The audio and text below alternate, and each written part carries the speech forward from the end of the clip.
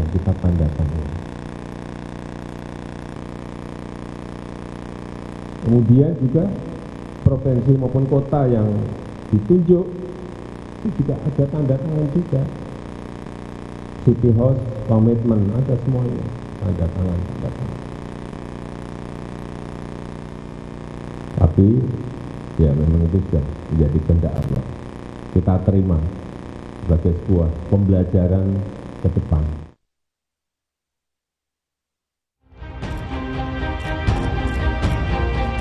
Usai dipastikan batal ikut Piala Dunia U20, tim sepak bola U20 Indonesia resmi dibubarkan. Saat mengunjungi pemusatan pelatihan tim U20 di Stadion Gelora Bung Karno, Jakarta, Presiden Joko Widodo menyemangati para pemain agar tetap tegar menghadapi kenyataan tersebut. Presiden bilang, kesempatan pemain muda ini untuk berlaga di ajang internasional masih panjang. Tadi saya sampaikan bahwa ke depan kita ingin memiliki tim yang dibangun sejak awal secara terus-menerus berkepanjangan sehingga kita bisa mendapatkan sebuah tim nasional yang betul-betul siap. Karena kayak U20 ini karena masih muda, masih memiliki banyak kesempatan. Bisa nanti main di SEA Games, bisa main di Asian Games, masih bisa main di AFF, masih bisa main di Olimpiade 24. Saya kira kesempatan itu masih panjang, sehingga tadi saya sampaikan pada mereka, jangan patah semangat. Salah satu pemain U20 yang meluapkan kekecewaannya atas kegagalan ikut Piala Dunia adalah sang penyerang, Hoki Caraka. Keluarga Hoki menyatakan, anaknya bahkan sempat menolak tawaran klub luar negeri demi bisa bergabung di Piala Dunia U20. Namun, kendati kecewa, keluarga tetap menerima apapun yang terjadi. Sedih, campur aduk lah. Tetapi bagaimanapun juga, hal itu tidak kami tunjukkan kepada Hoki, supaya Hoki tetap terjaga mentalnya untuk tetap kuat, tetap semangat menghadapi hal ini, Pak. Mimpi bermain sepak bola itu sejak kemarin waktu kita tertunda oleh COVID, dan otomatis umur yang sudah ada waktu itu, angkatan sebelumnya hangus dan berganti ke angkatan Hoki JS. Nah, disitulah mulai tumbuh keinginan Hoki, kemauan kerja keras, mimpi itu untuk bisa tembus di sekuat Piala Dunia ini, Mas. Pelatih tim U22 untuk persiapan SEA Games di Kamboja, Indra Safri, berencana mengajak 7 pemain tim U22 asuhan Sintayong bergabung. Namun saat ini Indra Safri belum mengajak mereka bergabung agar kondisi dan psikis pemain bisa pulih pasca gagal ikut Piala Dunia U20. Tim Liputan, Kompas TV. Pastinya dibubarkannya tim U20 disampaikan pelatih timnas Sintayong di tengah sesi latihan di Stadion Gelora Bung Karno, Jakarta. Piala Dunia U20 seharusnya menjadi ajang terakhir bagi tim U20 karena setelah itu tidak ada lagi agenda untuk kategori usia tersebut.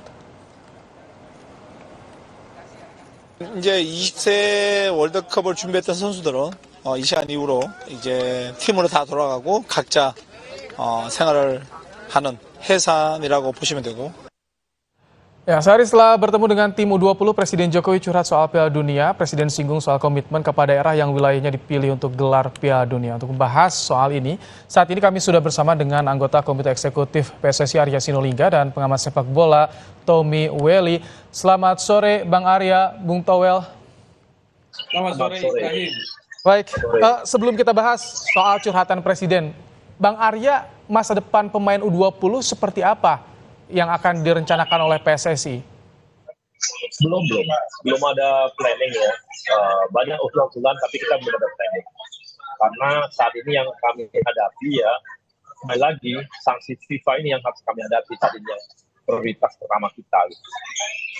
Kan oke, kita punya planning banyak hal, tapi kalau sanksi FIFA ini belum jelas ya, kita belum bisa kemana-mana juga. Gitu. Apalagi ini kan baru bubar kemarin ya, oleh pelatih dan oleh tim ya semua. Jadi memang ada usulan misalnya dibuat di satu tim untuk masuk Liga 1, itu kan semua jadi pertimbangan-pertimbangan dan nantinya akan didukung oleh kawan-kawan semua. Jadi akan dilihat bagaimana efek efisiennya, tapi yang pasti sekarang ini kita fokusnya adalah kita menuju menghadapi masalah sanksi yang dalam hari ini, beberapa hari ini akan Pak Erick akan pergi ke luar negeri bertemu dengan FIFA lagi gitu. Itu Mas. Oke, jadi masih proses nego ya soal sanksi FIFA ini ya? Ya, itu yang utama sama kita saat ini, karena itu yang jadi utama ya. Karena mau SEA Games, mau apa, itu semua kan rentetan dari nanti ini. Kalau nanti bagus, hasil dan baik, itu hasil lobbynya, maka itu akan berbeda. Tapi kalau nanti lain lagi sanksinya kan kita nggak bisa ngomong lagi ke SEA Games dan sebagainya. Oke. Gitu, Mas. Bung Toel, tadi kita simak bersama Presiden Jokowi curhat soal gagalnya Indonesia jadi tuan rumah. Disinggung soal komitmen juga katanya, soal komitmen Piala Dunia udah ditanda tangan. Apa yang Anda lihat dari momen ini ketika kemarin Jokowi berikan semangat juga ke pemain U20, Bung Toel? Oke, yang mananya nih? Yang tentang... Yang tadi komitmen sebetulnya ketika jadi tuan rumah Piala Dunia itu seperti apa sih yang harus wajib dilakukan?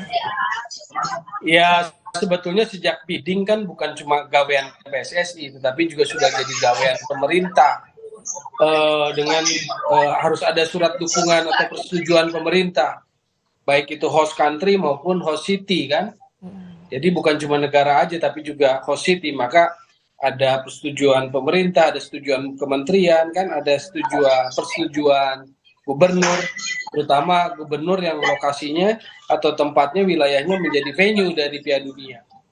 Ya itulah makanya kan yang sangat mengherankan, hanya hitungan kurang dari 2 bulan ada 2 kepala daerah di mana provinsinya juga menjadi host city itu menyatakan menolak kan, dengan alasan tidak menerima kedatangan timnas Israel. Itu kalau terkait komitmen. Yaitu katakanlah menurut saya secara politis itu teguran lah. Teguran secara lisan kepada 2 kepala daerah gubernur itu, baik Bali maupun Jawa Tengah. Secara politis ada teguran, tapi yang juga disampaikan soal semangat kepada pemain U20, apa yang Anda lihat dari sini, Bung Toel? Ada juga wacana akan menggabungkan mereka, tadi disinggung Bang Arya. Ya, yang pertama itu kan berarti memang menunjukkan bahwa pemerintah merasa bersalah dengan situasi ini gitu loh. Karena permasalahannya domainnya bukan di domain sepak bola, bukan tentang alasan sepak bola, tetapi lebih kepada alasan politis, alasan situasional negara, pemerintah gitu loh. Bahwa ingin memberikan satu harapan normal, tetapi dalam situasi yang masih lukanya ini memang luka yang sangat menyakitkan, memang harus hati-hati memberikan sebuah keputusan supaya, karena biasanya keputusan secara emosional atau dalam kondisi masih sakit, masih apa ya ini kesakitan yang luar biasa lah. Piala Dunia sekali lagi, seumur-umur sejarah Indonesia kan belum pernah jadi event Piala Dunia, sudah di depan mata lalu gagal, jadi ini adalah luka yang masih sakit. Kan secara psikologis orang bilang jangan ambil keputusan apapun pada saat sakit. Karena yang penting tadi seperti Exco PSSI Bang Arya bilang, yang penting itu ke depan itu akan ditentukan dengan situasional keputusan FIFA terkait sanksi. Itu sangat menentukan. Kalau dalam waktu dekat segera ada sanksi, maka SEA Games kita terancam, tidak bisa tampil. Lalu Piala Asia awal tahun depan tidak bisa tampil gitu loh. Kalau kita bicara timnas wanita juga, bukan cuma timnas senior. Negonya seperti apa ya agar sanksi berat FIFA tidak dijatuhkan ke Indonesia? Bang Arya, seperti apa sih negosiasinya? Apa yang bisa meringankan yang dibawa Erick Thohir bertemu dengan FIFA nanti, Bang Arya? Memang ini hal yang berat ya, karena kita harus kan ketika orang mensanksikan dia harus memberikan proposal komitmen dia terhadap sepak bola kita, transformasi kita. Apakah nanti transformasi yang dibawa oleh Pak Erick ini hanya sekedar bumbu-bumbu yang dilihat, ini kayaknya Indonesia nggak mau bikin nih, atau memang kelihatan bahwa dari timeline, dari target, memang itu kelihatan bahwa ini adalah transformasi. Kalau enggak, ya bakal kena besar gitu. Tapi kalau ternyata dilihat bahwa ini layak dan memang betul-betul bisa bertransformasi bola Indonesia dan timelinenya juga jelas, itu bisa. Tapi kalau enggak, ya berarti cuma dikira sekedar untuk lepas-lepas gitu aja. Dan Bang Arya, bukan untuk intervensi PSSI, tapi bagaimana Anda melihat keinginan dari pemerintah untuk bisa meyakinkan FIFA melalui PSSI agar tidak ada sanksi kepada Indonesia? Rasa bukan pemerintah sih ya, udah PSSI, karena udah menyangkut ke sepak bola ya. Jadi udah PSSI-nya sendiri. Makanya Pak Erick ini harus punya sebuah target-target yang real, yang transformasi itu beneran gitu, nggak hanya, kalau saya rasa Bang Toel juga tahu itu banyak banget blueprint kita, tapi ya gitu-gitu lagi kan gitu. Nah ini harus beneran blueprintnya, kalau transformasi mau dibangun, bener nih untuk transformasi, bener nih untuk perubahan, bener nih timelinenya jelas, bener targetnya oke. Kalau enggak, FIFA lihat bahwa ini cuma sekedar dikasih lepas dari. Jangan sampai hanya retorika ya Bang Arya.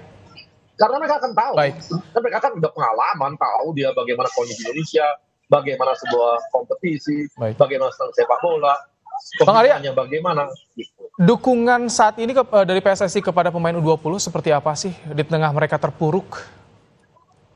Ya kalau dukungan Mas gini, kembali lagi saya. Yang pertama itu kami harus lakukan yang namanya nih masalah sanksi nih Mas. Nanti kalau ini semua jelas, itu akan bisa berdampak semua enak.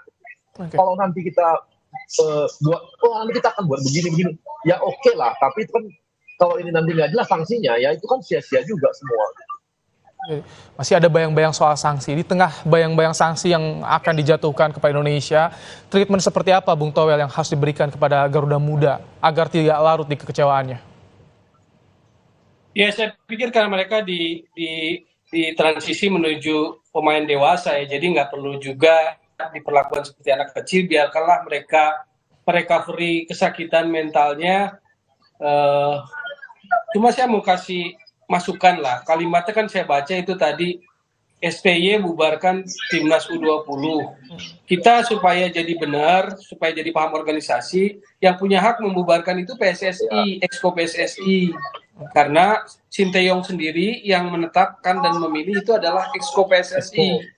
Kecuali misalnya PSSI sudah membentuk BTN seperti yang sudah diwacanakan. Nah kalimatnya judulnya adalah BTN kemarin resmi membubarkan Timnas U20. Itu jadi elok, itu jadi bagus buat sepak bolanya, buat PSSI-nya. Tapi kalau kalimatnya STY bubarkan Timnas U20 itu tidak tepat karena STY tidak punya kewenangan membubarkan gitu loh. Mungkin yang dimaksud membubarkan pelatnasnya atau seperti apa itu yang disampaikan STY kemarin itu Bung Toel ya? Iya, tetapi kewenangan itu ada di Exco PSSI supaya rapi maksud saya. Supaya orang tidak bicara bukan pada kewenangannya. Kewenangan tertinggi terkait timnas ada pada Exco. Kecuali Exco-nya sudah membentuk BTN, Badan Tim Nasional seperti yang sudah diwacanakan. Yang kedua, para pemain ini kan akan kembali kepada klubnya masing-masing. Jadi kita berharap klubnya lah yang memelihara aset-aset itu. Aset-aset terbaik ini biarkanlah mereka matang di kompetisi. Saat ini mereka katakanlah kumpulan pemain berbakat, tetapi mereka butuh kompetisi supaya status mereka berubah dari pemain berbakat menjadi pemain yang matang. Talented player jadi mature player, dan itu di kompetisi. Artinya kalau PSSI pun mau menjaga aset ini, maka nanti soal kompetisi akan menjadi perhatian besar dari PSSI di kemudian hari supaya bakat mereka tidak burn out, tidak habis di tengah jalan, tidak layu sebelum berkembang gitu kan. Jadi persoalan kompetisi yang memang sudah jadi persoalan dari tahun-tahun sebelumnya harus menjadi prioritas. Kita ngomong dilepas soal sanksi ya, di luar sanksi lah. Tentu dengan optimistis nih Bang Arya. Jadi seperti apa treatment bagi pemain U20 ini? Karena kalau gagal di pertandingan sudah biasa, tapi kalau secara mental ketika gagal ikut di turnamen itu yang agak berbeda nih, spesial Bang Arya. Jadi gini Mas, saya sepakat sama Bang Toel tadi, STY itu lebih kepada mengistirahatkan latihan itu, ya TC itu oke. Jadwal TC di istirahat sama masa istirahat mereka dikembalikan ke klub itu bisa. Tapi keputusan untuk pembubaran itu benar, itu ada di Exco. Kecuali nanti BTN sudah terbentuk, dan serasa nggak akan lama lagi BTN akan terbentuk. Kemudian tadi Mas gini, kalau nanti kita udah lolos, ya, misalnya apa hukuman kita dan sebagainya, nanti ada SEA Games atau ada kompetisi yang lain, itu akan bisa merecovery mental mereka, walaupun tidak akan bisa menyembuhkan ya, nggak bisa. Gila, Piala Dunia bos, kapan tuh ada Piala Dunia? Nggak pernah ada mimpi kita Piala Dunia, apalagi sekarang ini, apalagi tuan rumah, kemudian timnas kita gitu. Jadi wajar gitu kecewa tadi, saya bener Bang Toel juga, Pak Jokowi juga kecewa berat gitu ya, gila apa tuan rumah Piala Dunia gitu. Iya. Itu kan wow gitu loh.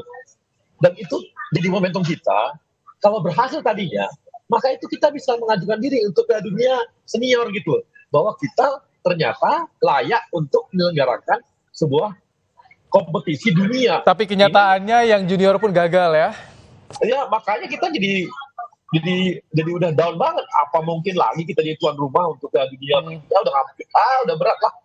Yang saya takutkan nanti yang ini aja, Anok. Itu gimana Anok itu? Oke. Yang ngomong-ngomong konstitusi kemarin bisa nggak ngomong Anok itu? Bubar nggak mereka? Baik, jadi yang terpenting bagaimana saat ini pemulihan ya, recovery mental dari Garuda Muda, menatap di event berikutnya, sambil ditunggu juga nanti negosiasinya ke FIFA bagaimana, ya mudah-mudahan lah kita titipkan kepada PSSI agar tidak ada sanksi berat yang dijatuhkan. Terima kasih Bang Arya Sinulinga, Bung Toel. Terima kasih Bang Toel. Terima kasih telah meluangkan waktu dalam program Kompas Petang sore hari ini. Sehat selalu.